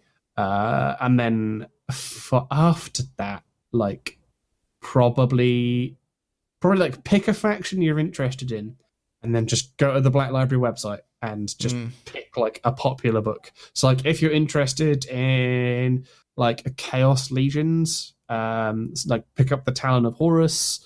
If you're interested at all in the Thousand Sons post heresy, get the Ahriman series. There's the Path of the Exile stuff if you want Eldar. There's no real stuff from the perspective of Tyranids or Orcs, really. There are a couple of books from the perspective, or at least bits of media, I think it might be audio dramas from sort of Tau perspectives. And then if you want Imperium, like there's so much stuff. Like if you want like war stories for like just normal dudes. If you want like a like Flashman kind of esque thing, you want not Gaunt's Ghosts. The other one, God, I've forgotten the name of him. It's the one that's not Gaunt's Ghosts. If you want a sort of like more kind of sharp esque kind of Sean Bean thing, you want Gaunt's Ghosts. If you want Space Marines, don't start with the Horus Heresy. It is a terrible way to get into it. Well, yeah, you would say the first books of those are probably like the best. They're the best, but like it's like they play off honestly, Yeah, the it's a opening different chapter time of Hogwarts scale. Rising plays off your knowledge of 40k. So if you don't have any knowledge of it, like, bad place to start. I'd probably go. A standard answer is going to be the Eisenhorn trilogy of books, which then leads into Ravener, because they're great. They give you like a great sort of whistle stop tour of like the Imperium, and then like Heresy and Xenos and stuff like that, in a kind of well done, like, quick reads kind of thing.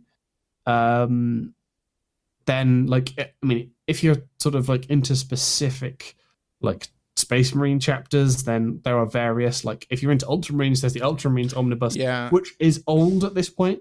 Like, a lot of that is very much the old style of Black Library writing.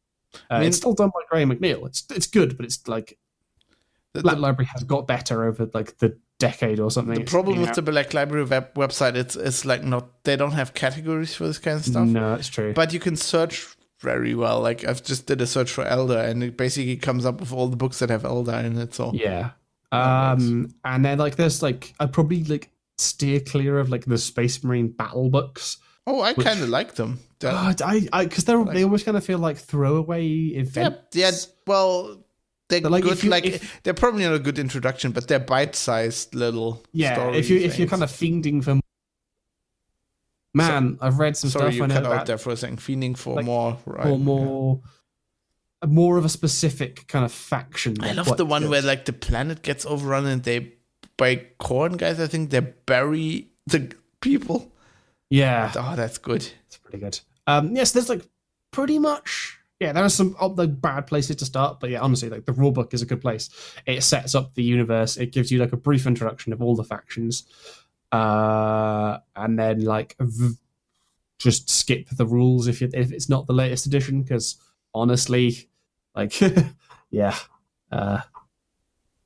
no point reading old editions of rules, because like 8th edition changed them so heavily it doesn't really matter. Man, that was kind of like a long answer to just like, just buy a rule. Also, I mean, there are PDFs on the internet as well, but I didn't tell you that. What? piracy is illegal, you get like... sorry, you should buy the cloud service for I don't know, codices. I don't know. Clouds. Yeah. I just imagine that, like, if they went to like a weird subscription service, so it's like pay monthly, you just have access to everything. Well, they have a lot of, like, Black Library has a lot of subscription services. Yeah, but like if it was just like the core rule book, if it was like the rule book, like, okay, Warhammer with the like app costs $5 a month, and you have access to all the codexes, all the rules. They'll get that idea in about 5 to 10 years. After everyone's decided the clouds are Yeah, cloud's shit and horrible. yeah, that's why everyone's moving to it. God, we've been doing a really long show. We have, but that's a good thing because we just got to the end of the feed. Yeah, and people, didn't do a show in a while, but now you've got a very long show. Now got 2 in one episode. So, if you'd like to contact us to send us photoshops of us stealing Wimbledon trophies, you can email them to @GeekNewsRadio. You could tweet them, as Nicholas did, to @GeekNewsRadio. You can tweet us individually. I'm at Megaslippers. Foxtrot Alpha Bravo Sierra Hotel @Fab. Boom. We have a Discord where we talk about all sorts of things. People incessantly request that I tweet the blessed image of Gilliman complaining about work on a Monday. Is that just shadow accounts of you, just so that you can tweet that? I just do it anyway because, weekend counts as a holiday. And then there's a YouTube thing where we post stuff. We're potentially going to be doing a little bit of pub in the future.